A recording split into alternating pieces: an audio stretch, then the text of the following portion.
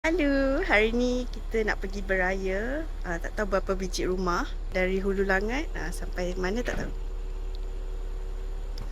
So, jom. Yang ni rumah pertama. Tengoklah sampai rumah keberapa lagi. Lepas ni pergi rumah kan? Pak Irwin Tadi makan apa? Makan nasi. Tapi tak sempat rekod. Tuan rumah. Vlog hari ni. Bang kuih raya. Mina tolak mama kita. Apa ni kuih makmur? Makmur kan? Dia ada benda yang sama. Sedap. Makmur dengan tapi ada kacang.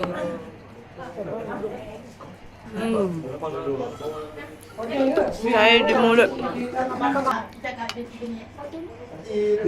Baru saya rumah ni dia macam-macam. Dia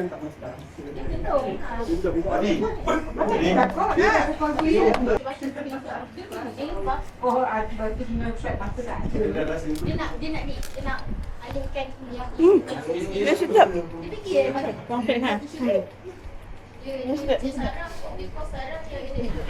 Settle rumah pertama, sekarang kita nak pergi ke rumah kedua.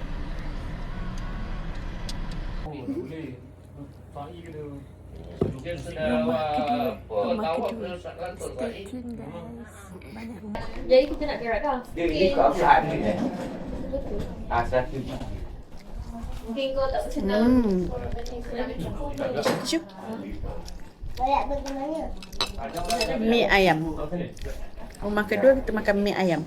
Raya rumah lain. Kau tak nak ke? Sikit lah. Ada lagi satu. Kenapa mati? Taklah dia ni. Kenyang. Sedap. Aisyah kan tadi tak nak ikut. Siapa Aisyah ikut? Apa tu? Bila kau. Sekarang kita nak pergi ke rumah ketiga. Dah sampai rumah yang ketiga. Dekat mana? Sungai Buloh. Dekat Sungai Buloh.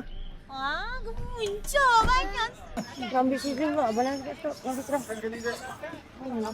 Tak peminat sangat tapi sedap. Sebab dia pedas sedap. Tak apa-apa. Spoon sedap. Mana sedap?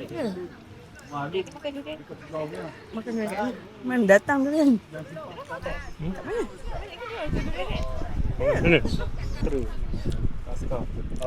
Mana tu lah. Tak shell dia. Rasa tu punya jalan ni tak ada shell ni. Tengok belakang. Mana kenyang? Tembus tu sendiri lah. Tembus. Okay, settle 3 rumah hari ni. So, jom balik.